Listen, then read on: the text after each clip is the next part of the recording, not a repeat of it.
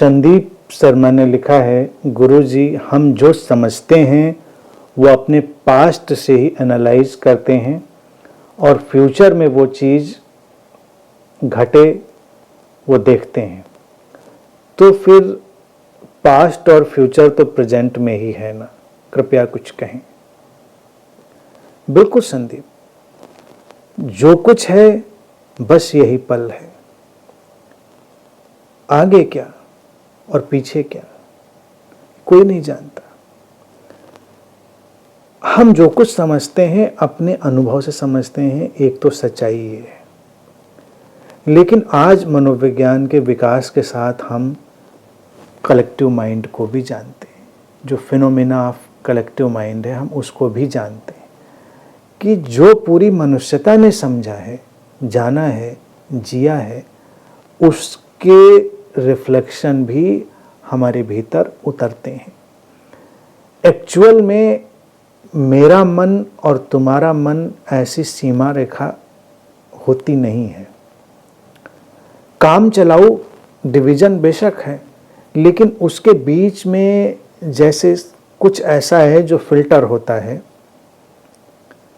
तो हमारे पास मनुष्य के इस विकास की यात्रा में भी जो घटा है उसके कारण भी बहुत सारी समझ उतरती है। इसी को कई बार लोग मिरेकुलस अंडरस्टैंडिंग भी कहते हैं। इस समझने का कोई प्रयास नहीं किया था, कुछ कोशिश नहीं की थी, अचानक जैसे कुछ उतर आया भीतर।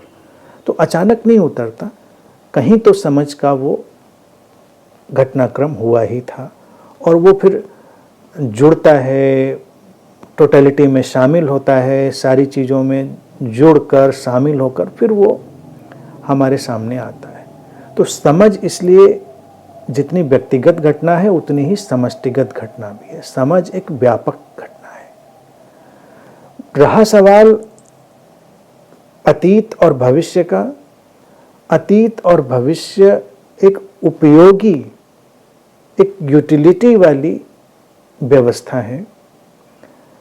हर उपयोगी व्यवस्था में जब व्यक्ति अटकता है तो समस्या पैदा करता है। यानी कि अतीत के बारे में सोचा जा सकता है, उसका कोई ऐसा नहीं है कि वो गलत है।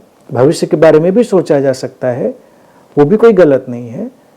लेकिन अतीत में अटक जाना, भविष्य में भी अटक जाना, वो गलत है।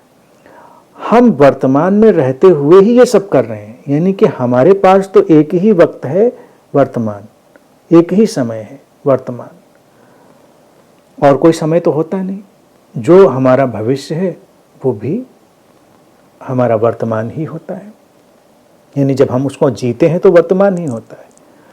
लेकिन हमको क्षमता मिली है कि हम केवल विश्लेषण के लिए अतीत की तरफ दृष्टिपात कर सकते हैं।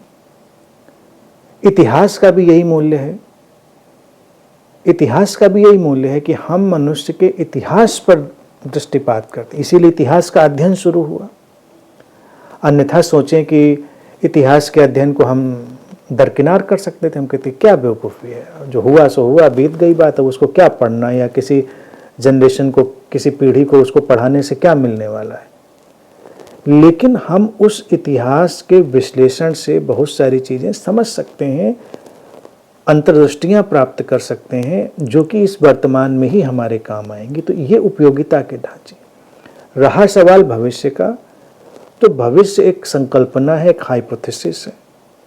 उस हाइपोथेसिस का भी हम निर्माण करते हैं। वो वर्तमान की क्षमता, हमारा इंटेलेक्ट जो है उसके आधार पर ही बनती है। तो वो भी मनुष्य की क्षमता, वो भी होनी चाहिए।